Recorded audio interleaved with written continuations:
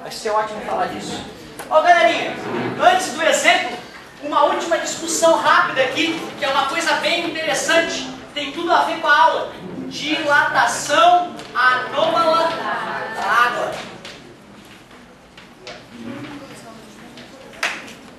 Cara, que ideia bacana é essa aqui, uma ideia que mexe com a gente mesmo. O fato de a água ter a dilatação anômala, além da consequência de alterar o diagrama de fases dela, como a gente acabou de ver, isso tem outras consequências práticas. Na verdade, se tu for ver, gente, a água sempre teve a dilatação anômala. Desde que as primeiras moléculas de água se formaram, sei lá em que lugar do universo, né, elas já tinham essa propriedade anômala. Então, o mundo que nós conhecemos tem características relacionadas à dilatação anômala da água, já que o nosso planeta é praticamente o planeta água. O que acontece? Quando tu vai acompanhar o volume de uma gotícula de água com o passar da temperatura, tu percebe lá que a 10 graus ela ocupa um volume. A 6 graus ela ocupa um menor volume. Eu estou avacalhando, tá, galera? Vi um monte aqui, né? Estou avacalhando. A 4 graus positivo, ela ocupa o seu menor volume possível. Ou seja, a 4 graus positivos, a água apresenta densidade máxima. Quando ela esfria de 4 para 3, a safadinha volta a dar uma inchadinha, tá vendo?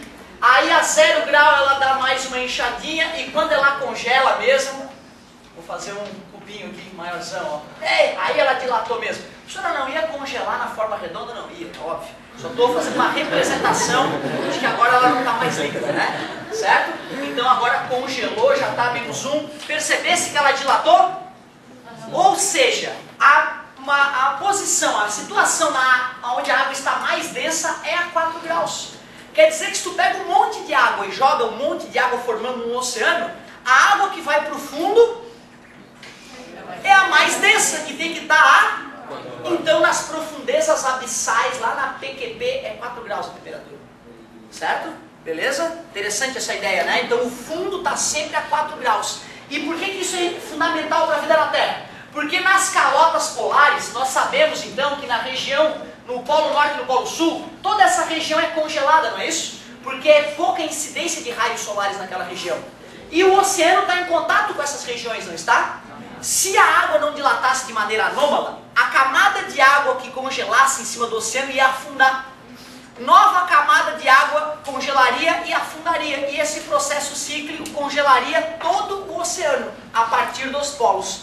Então, se hoje nós temos vida nos polos, é porque o gelo é menos denso e boia. Camadas espessas de gelo se formam e os bichinhos continuam vivendo felizes e contentes na água líquida de baixo, que está a 4 graus. Beleza? Então, se a vida evoluiu a partir da água, isso é uma coisa sabida. Certo? Se os mares é que alimentam o planeta hoje, de certa forma, concorda comigo? Certo? O oxigênio vem dos fitoplânctons, não é isso? E a alimentação, boa parte da cadeia alimentar é alimentada pelos oceanos. Isso graças à dilatação anômala da água. Beleza? Então é uma coisa muito importante de conhecer. Qual é o raciocínio todo? A água está na sua máxima densidade a 4 graus, então ela está mais densa. Ou seja, ela afunda a 4 graus. Portanto, o gelo boia. Certo? E como o gelo boia, ele é um bom isolante térmico, as espessas camadas de gelo que se formam sobre o oceano protegem o oceano do congelamento e a vida na Terra continua bombando. Eu lembro que quando eu sempre gostei de ver rally na televisão, e eu vi os caras fazendo rally no gelo na Suécia, em cima de um mar. Eu não consegui me conformar, a criança olhando aquilo. Se opa, isso aí em cima de um mar, mas ele está congelado, é que é 10, 20, 30 metros de gelo. E o mar está lá embaixo. Então os caras fazem uma pista de rally e vamos ver se dá para dirigir em cima do gelo. É bem legal, sabe? Então é uma coisa que às vezes o cara acha que é impossível, mas não. Tem regiões do planeta que ficam congeladas permanentemente o ano inteiro. No verão dá uma diminuída no gelo, no inverno aumenta o gelo, certo? Mas fica permanentemente congelado. E lá embaixo a vida continua bombando, né? A vida é uma coisa impressionante, resiste a condições bem extremas.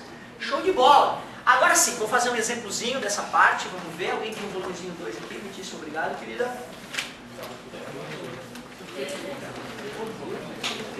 Não acredito, começou com um da UFSC aqui, ó, irresistível. Fala, querido. Mas se eu congelar a água, por exemplo, simultaneamente ela vai dilatar?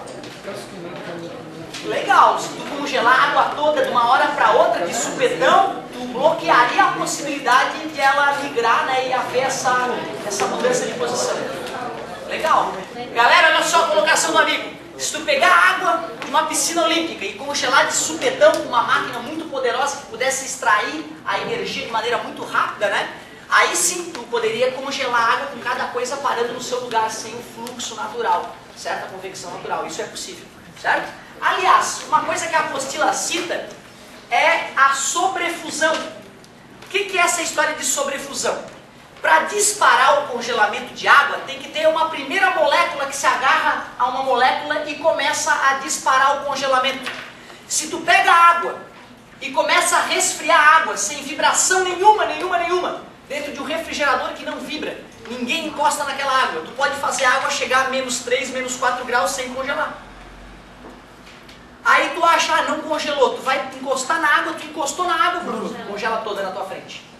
Esse fenômeno pode acontecer, geralmente acontece com a cerveja, né? A cerveja está lá geladinha, suco, tá lá geladinho, e aí o cara vai tirar, né? Tá estupidamente gelado, ah, beleza, aí na hora que o cara abre, congela tudo. Também pensa bem, né? Quando a pressão diminuiu, vai para o estado sólido, né? Se tu tá falando da água, concorda comigo? Então o problema, na verdade, no caso da cerveja ou do suco, é que quando tu abre a pressão diminui e aí realmente tende a congelar. O certo nessa hora, gente, é abraçar a cerveja com a mão toda, ou o suco com a mão toda. Deixar o calor da tua mão atingir a garrafa, que aí dá uma aumentada na temperatura e quando for abrir, não vai congelar, certo? Mas não é a sobrefusão.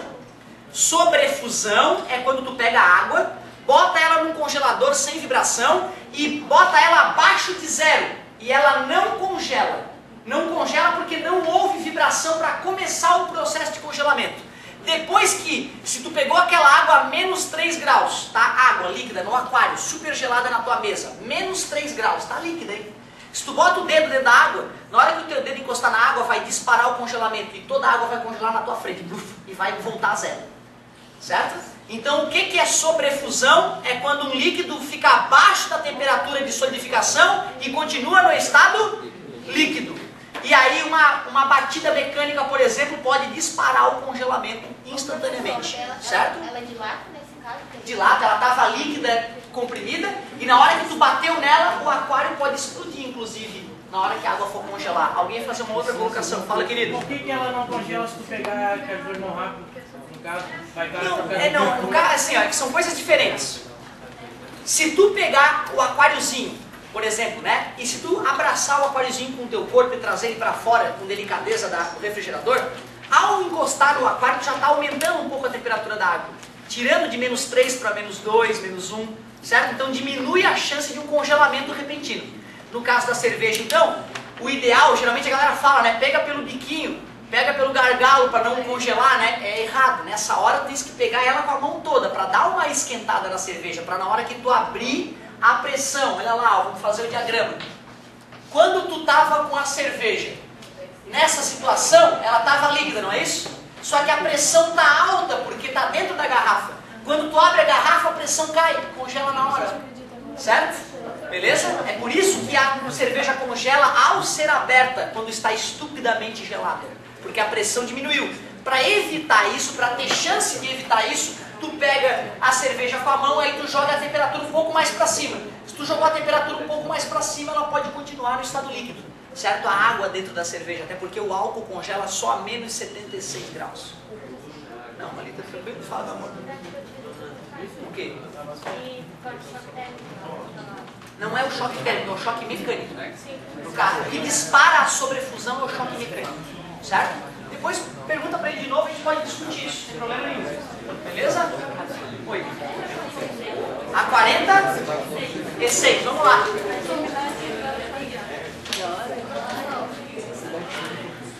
Claro, beleza, fica à vontade. Página 117, exercício 46.